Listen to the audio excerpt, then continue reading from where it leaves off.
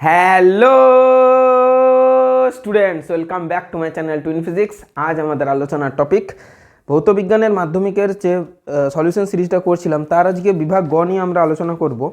বিভাগ গয়ের মধ্যে আমাদের প্রশ্ন যতগুলো আছে, প্রশ্ন আছে নটাখানা প্রশ্ন আছে। সেই প্রশ্নগুলো মানে 3-এর 1 3-এর 2 করে পরে প্রশ্নগুলো আছে, সেইখানের প্রশ্নগুলো কিন্তু আলোচনা করবো। অ্যাকচুয়ালি বেসিক্যালি আমি আলোচনা করবো, অঙ্ক যদি থাকে অঙ্ক করে দেবো, থিওরিটিক্যাল কোনো প্রশ্ন থাকলে সেটা আলোচনা করে দেবো, কিন্তু ওইভাবে থিওরিটিক্যাল কোনো প্রশ্নের উত্তর কিন্তু আমি বোর্ডে লিখবো না, পরিষ্কার কথা।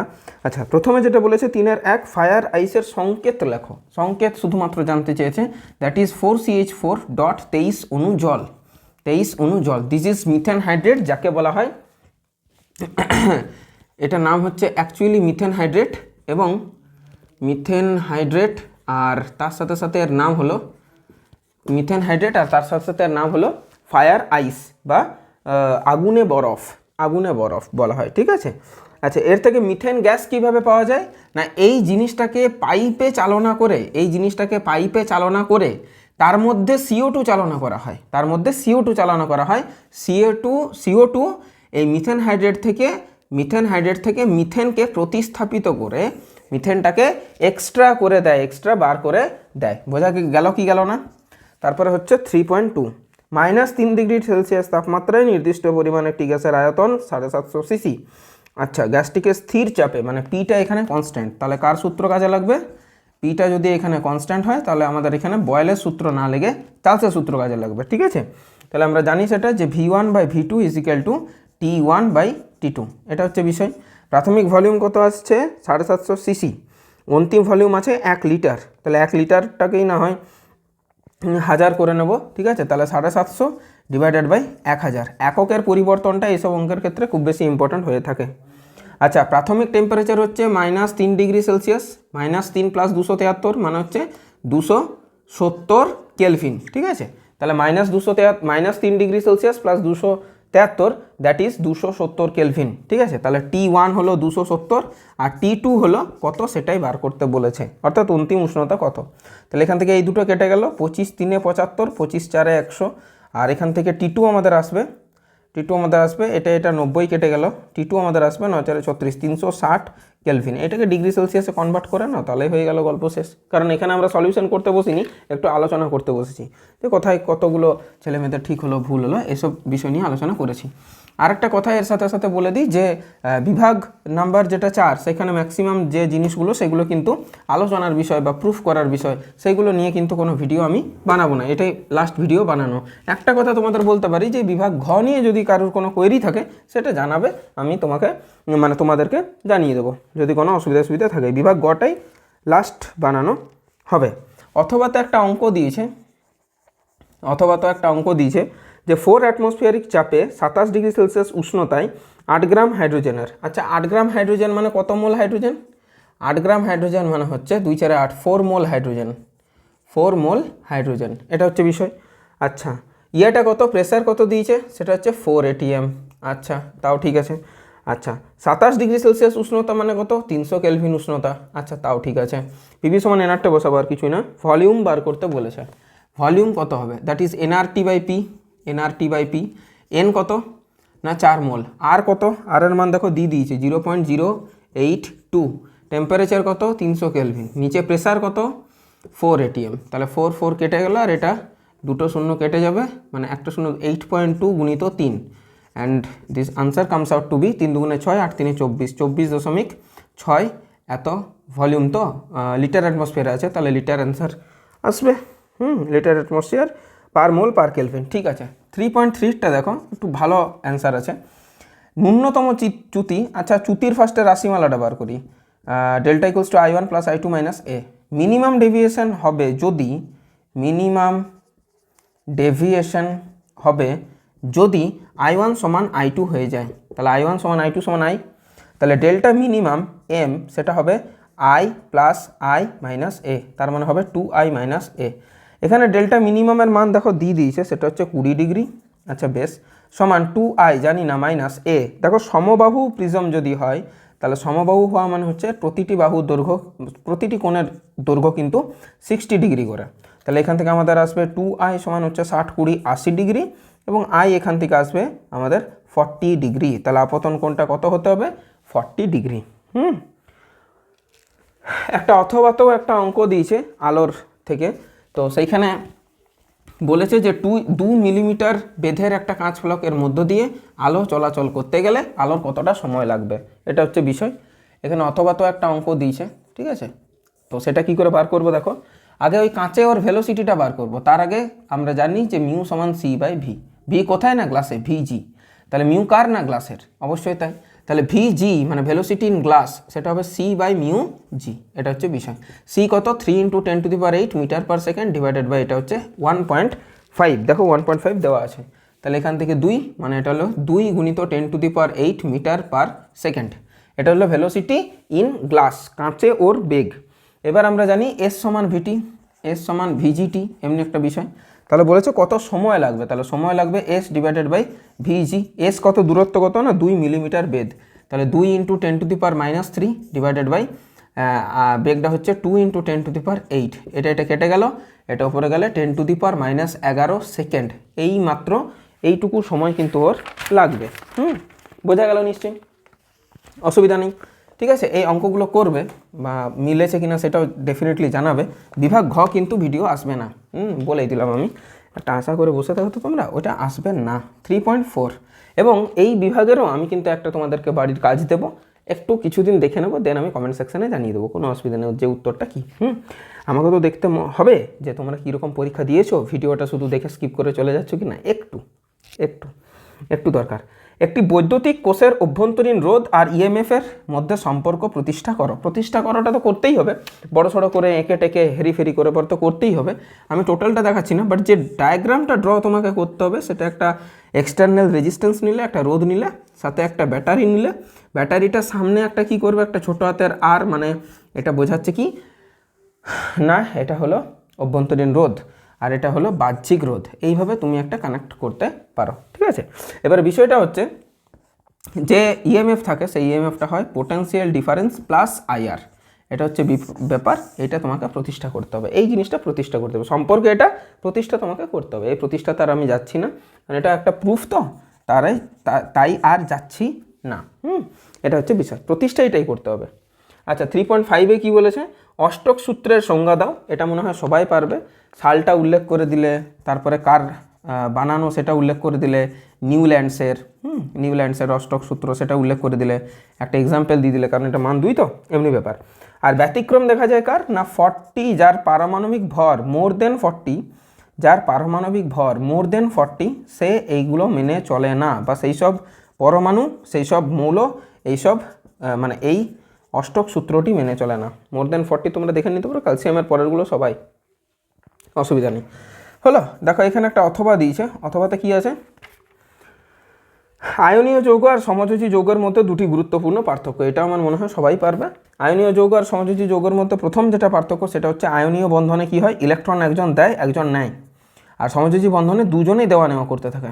এটা একটা সবচেয়ে বড় উদাহরণ, সবচেয়ে বড় পার্থক্য। 2 নম্বর যে পার্থক্যটা, আয়নীয় যৌগের গলনাঙ্ক স্ফুটনাঙ্কর ভিত্তিতে পার্থক্য করতে পারো। বলেছে গুরুত্বপূর্ণ দুটি পার্থক্য লেখো। তাহলে গুরুত্বপূর্ণ পার্থক্য লেখাটাই কিন্তু শোভা পায়। আয়নীয় যৌগের গলনাঙ্ক স্ফুটনাঙ্ক জেনারেলি সাধারণভাবে খুব বেশি হয়, যেমন নুনের হচ্ছে 810 ডিগ্রি সেলসিয়াস, অনেক বেশি। সেখানে হয়তো চিনি অনেক কম বা উষ্ণতাতে কিন্তু ফুটে যায়। আয়নীয় যৌগগুলি তড়িৎ পরিবহন করতে পারে, সমযোজী যৌগগুলো জলীয় দ্রবণে তড়িৎ পরিবহন করতে পারে না, এই জিনিসটা। এমনি অনেক উদাহরণ লেখা যেতে পারে, উদাহরণ না, বারবার উদাহরণই বলে ফেলছি। পার্থক্য লেখা যেতে পারে, অসুবিধা হওয়ার কোনো কথা নয়। তারপর আমরা আলোচনা করছি 3.6, আয়নীয় যৌগের ক্ষেত্রে আণবিক ওজনের পরিবর্তে আমরা সংকেত ভর শব্দটা ইউজ করি কেন? এটা হচ্ছে বিষয়। কারণ এটা একটু বলে দিই, মানে এগুলো লেখা মানে অনেকটা লিখতে হবে, সময় নষ্ট, বোর লাগবে, বা ওটা প্রয়োজনও নেই, ঠিক আছে। তো আয়নীয় যৌগের ক্ষেত্রে ভালো করে শোনো, চলো তোমাদের দিকে তাকাই আমি। আয়নীয় যৌগের ক্ষেত্রে আণবিক ভর না কথাটা ইউজ করে, কথাটা না ইউজ করে আমরা সংকেত ভর কথাটা ইউজ করি। কারণ আয়নীয় যৌগ, ধরে নাও না calcium chloride, sodium chloride, NaCl যে যৌগটা, NaCl নিজে একটা যৌগ, কিন্তু এই যৌগটা ক্রিয়েট কিভাবে হয়েছে? সোডিয়ামের ক্যাটায়ন মানে পজিটিভ আধানযুক্ত, ক্লোরিনের অ্যানায়ন মানে নেগেটিভ আধানযুক্ত, অর্থাৎ দুটো আয়ন, ক্যাটায়ন অ্যানায়ন মিলে একটা যৌগ তৈরি করছে। তাহলে যে যৌগটা তৈরি করছে এটা যদি হয় সোডিয়াম ক্লোরাইডের যৌগ, ঠিক আছে, আর এটা যদি সোডিয়াম ক্লোরাইড যোগ্য হয়, এটা সোডিয়াম আর ক্লোরিন ডিফারেন্ট, দেন এগুলো মিশে পরে তৈরি করছে। যেটা দিয়ে একটা অণু তৈরি হলো তারা নিজেরাই অণু নয়, পয়েন্ট টু বি নোটেড। যে দুটো জিনিস দিয়ে তৈরি হলো, তৈরি তো করে দিলে একটা অণু, কিন্তু এই দুটো জিনিস নিজেরাই অণু নয়। তারা কি? তারা আয়নস, তারা কিন্তু অণু নয়। সোডিয়ামের অণু ক্লোরিনের অণু মিলে সোডিয়াম ক্লোরাইডের অণু বানায়নি। কথাটা বোঝা যাচ্ছে কি যাচ্ছে না? সোডিয়ামের আয়ন ক্লোরিনের আয়ন নিয়ে গঠিত করেছে সোডিয়াম ক্লোরাইডের অণু। তাহলে যদি অণু নিয়ে অণুই গঠিত না হয়, তাহলে তাকে বা তার আণবিক ভর কোথা থেকে আসে? তার জন্যে আমরা কিন্তু সংকেত ভর শব্দটা ইউজ করি। যদিও যদি আমরা মানগত দিক দিয়ে দেখি বা ভ্যালু ওয়াইজ দিক দিয়ে দেখি, তাহলে কিন্তু দুটোরই মান সমান। ঠিক আছে, যেভাবে সংকেত ভর বার করি, মানে যেভাবে আণবিক ভর বার করি, সংকেত ভর কিন্তু ঠিক সেইভাবেই বার করা হয়, অসুবিধা কিছু নেই, ডিফারেন্ট কিছু নেই। ঠিক আছে, কিন্তু শব্দটা ওইটা ইউজ করি। আচ্ছা দেখো, তারপরে দেখো, আচ্ছা, এইটা আমি এইটা না হয় আমি করেই দিচ্ছি। এর পরেরটা 3-8 কিন্তু আমি একটু জানতে চাই তোমাদের কাছ থেকে যে তোমরা ঠিক কি লিখেছো। ঠিক আছে, 3-7 দেখো, অ্যামোনিয়া গ্যাস শুষ্ক করার জন্য গাঢ় H2SO4 ব্যবহার করা হয় না কেন? এটা অনায়াসে বলতে পারবে যে অ্যামোনিয়ার সাথে গাঢ় H2SO4 বিক্রিয়া করে যায় এবং তার ফলে কি উৎপন্ন হয়, ফার্স্টে ভাষায় বলবে, দেন তোমরা ইকুয়েশন দেবে যে অ্যামোনিয়ার সাথে অ্যামোনিয়া গ্যাসকে শুষ্ক করার জন্য H2SO4 ব্যবহার করা হয় না। কারণ অ্যামোনিয়া গ্যাসকে শুষ্ক করার জন্য H2SO4 ব্যবহার করলে অ্যামোনিয়া সোডিয়াম সালফিউরিক অ্যাসিডের সাথে বিক্রিয়া করে অ্যামোনিয়াম সালফেট উৎপন্ন করে দেয়, NH4 ঠিক তৈরি করে দেয়। তার ফলে কিন্তু অ্যামোনিয়া শুষ্ককরণে সালফিউরিক অ্যাসিড ব্যবহার করা হয় না। That's it. 3-8 এটা আমি একটু হোমওয়ার্ক টাইপের দিলাম। আমি দেখতে চাই কে কীরকম লিখেছো না লেখনি। যদি আমি কমেন্ট না পাই তাহলে ভাববো যে এটা তোমরা স্কিপ করেছো, কারণ এর অথবাও আছে। অথবাতে কি বলেছে? অথবাতে বলেছে লোহার মরিচা পড়া প্রতিরোধের 2টি উপায় উল্লেখ করো। অনেক কিছু হতে পারে। প্রথম কথা হচ্ছে সেডারাইজেশন।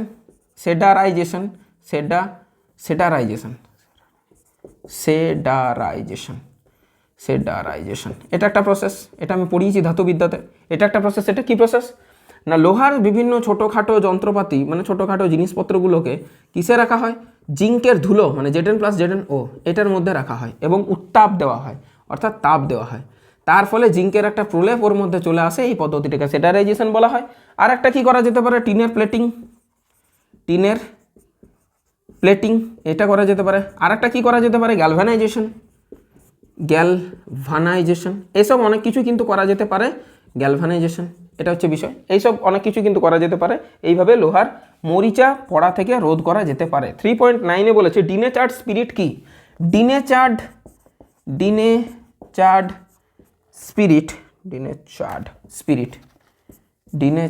স্পিরিট এটারই আরেকটা নাম হচ্ছে মেথিলেটেড স্পিরিট। কথাটা বোঝা গেল কি গেল না? মেথিলেটেড স্পিরিট এটা কিভাবে তৈরি হয় না, 90% ইথাইল অ্যালকোহল, মানে ইথাইল অ্যালকোহল কিন্তু একটু কম ক্ষতিকারক as compare to methyl alcohol. তো 100% ইথাইল অ্যালকোহল না নিয়ে বিভিন্ন পানীয় প্রস্তুত করার জন্য 90% এটা নিচ্ছে, 10% মিথাইল অ্যালকোহল নিয়ে নিচ্ছে। এই মিথাইল অ্যালকোহল ইথাইল অ্যালকোহলের চেয়েও ডেঞ্জারাস। দেন একটা বিষাক্ত দ্রব্য তৈরি করছে যাকে বলা হচ্ছে ডিনেচার্ড স্পিরিট। এর কিছু ব্যবসা বাণিজ্যে কাজ আছে, আর কিছু খাবার জন্য, মানে you know what I mean. ঠিক আছে, এর কাজ আছে। এর অথবাতে বলেছে যে ইথাইল অ্যালকোহল আর অ্যাসিটিক অ্যাসিডের ব্যবহার লিখব। তো ইথাইল অ্যালকোহল C2H5OH এর প্রথম যে ব্যবহারটা সেটা হচ্ছে যে অ্যাসিটিক অ্যাসিড বানাতেই কাজে লাগে। প্রথম কথা, অ্যাসিটিক অ্যাসিড প্রস্তুত করতেই কাজে লাগে, প্রথম কথা। দ্বিতীয় কথা, ওষুধ বানাতে কাজে লাগে। অনেক কিছুই কাজ কিন্তু করা যেতে পারে। সুগন্ধি দ্রব্য প্রস্তুত করতে কাজে লাগে। বোঝা গেল? অ্যাসিটিক অ্যাসিড মানে CH3COOH, অ্যাসিটিক অ্যাসিড। এই অ্যাসিটিক অ্যাসিডকে আবার ব্যবহার করা হয় অ্যাসিটোন বানাতে। কি বানাতে? অ্যাসিটোন বানাতে। আর কি বানাতে? ভিনিগার বানাতে। আর কি বানাতে? ওষুধ বানাতে। অনেক কিছুই কিন্তু কাজে লাগে, অনেক কিছুই কিন্তু ব্যবহার করা হয়। যাই হোক, বিভাগ গ আমরা এখানে শেষ করলাম। বিভাগ ঘতে যা দেখতে পাচ্ছি অঙ্ক কিছু আছে, আর মোটামুটি তোমাদের যদি অসুবিধে থাকে তখন আমি না হয় ডায়নামো আর বৈদ্যুতিক মোটরের পার্থক্য, আলফার তুলনা, এটা মোটামুটি ঠিকই আছে, মানে না পারার মতো কিছু না। আমি এক কাজ করছি, রোধেরটা করে দেবো কি, রোধেরটা করে দিচ্ছি। এটা একটু ছেলেমেয়েদের হয়তো সমস্যা হতে পারে, আমি রোধেরটা করে দিচ্ছি। দেখো আমি এখানে পড়াতে এসেছি, ওই বিষয়টা হচ্ছে যে মানে তোমরা পাশে থাকলেই হয়, মানে আর আমার কিছু দরকার পড়ে না।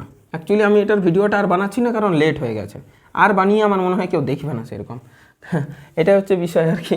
তো যাই হোক, সেই কারণেই আমি ওই ডিসিশনটা নিয়েছি। মোটামুটি আমি রোধের অঙ্কটা করে দিচ্ছি, ঠিক আছে। রোধেরটা একটু মানে জানাটা দরকার ছেলেমেয়েদের, এবং একটু ডিফারেন্ট টাইপের আছে। দেখো 4.6, অ্যাকচুয়ালি 4.6 আর 4.6-এর অথবা দুটোই করে দেবো, ঠিক আছে। দুটি পরিবাহীর শ্রেণী সমান্তরাল তুল্য 9 আর 2, দুটি পরিবাহী শ্রেণী আর সমান্তরাল সমবায়ী তুল্য রোধ 9 আর 2, পরিবাহী দুটি রোধ নির্ণয় করো। আচ্ছা, দুটি পরিবাহী আছে, একটা পরিবাহী ধরছি R1 আর একটা পরিবাহী ধরছি R2।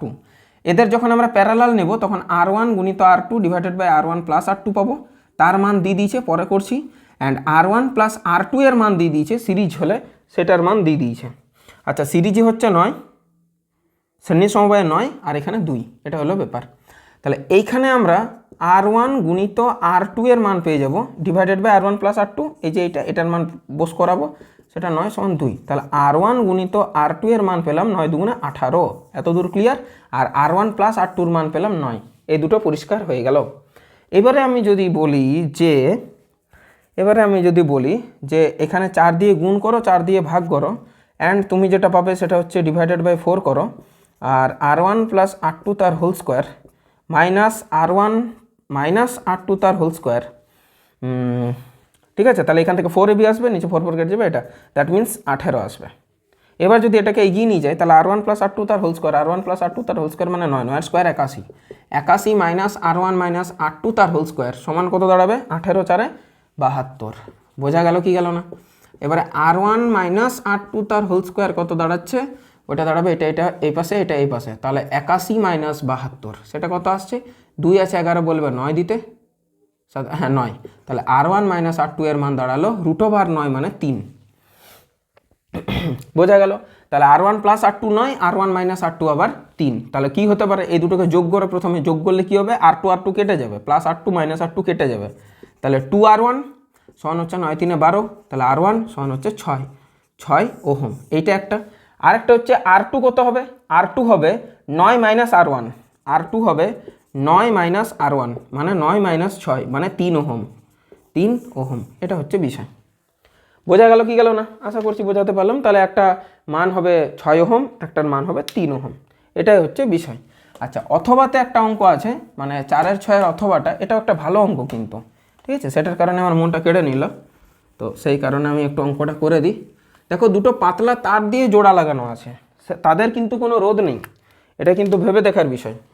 তাদের কিন্তু রোধ নেই, ভিডিও হচ্ছে হচ্ছে। আচ্ছা, এখানে একটা ব্যাপার, আচ্ছা এটা কিন্তু অথবাটা আছে, ঠিক আছে। তাহলে এখান থেকে শুরু করে ফার্স্টে এখানে 1 ওহম, দেন এখানে একটা, দেন এখানে একটা, ঠিক আছে, অ্যান্ড দেন এখানে একটা। বোঝা গেল? এবারে এখান থেকে একটা কানেক্টেড হয়ে এখানে, এখান থেকে একটা কানেক্টেড হয়ে এখানে। অ্যাকচুয়ালি বিষয়টা হচ্ছে এখানে 3টে কিন্তু প্যারালাল আছে, একটু বুঝতে হবে, ভালো করে বুঝতে হবে।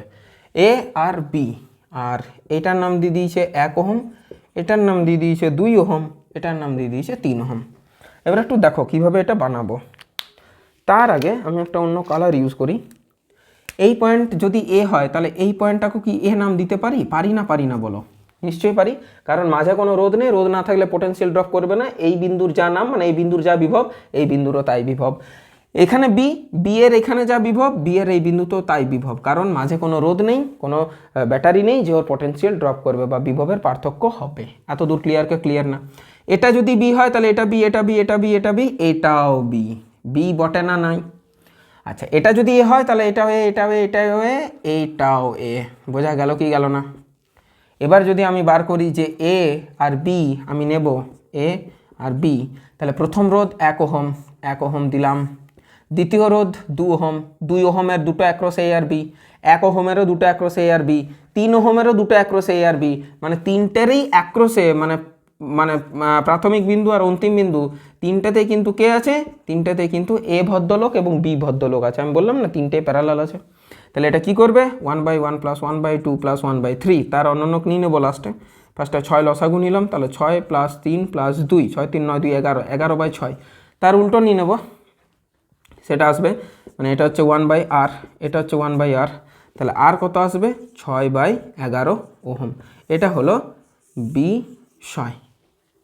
আশা করি বোঝাতে পারলাম। এখানে রোধের অঙ্ক দুটো আমি করে দিলাম আর কি, এবং বাকিগুলো আলোর বিচ্ছুরণ কাকে বলে, পরম প্রতিসরাঙ্কের সাথে আপেক্ষিক প্রতিসরাঙ্কের সম্পর্ক, এটা কি হবে না এ মিউ বি, এটা হলো আপেক্ষিক প্রতিসরাঙ্ক, মানে এ মাধ্যমের সাপেক্ষে বি মাধ্যমের প্রতিসরাঙ্ক সমান মিউ বি বা মিউ এ, এইভাবে তোমাকে প্রুফ করতে হবে।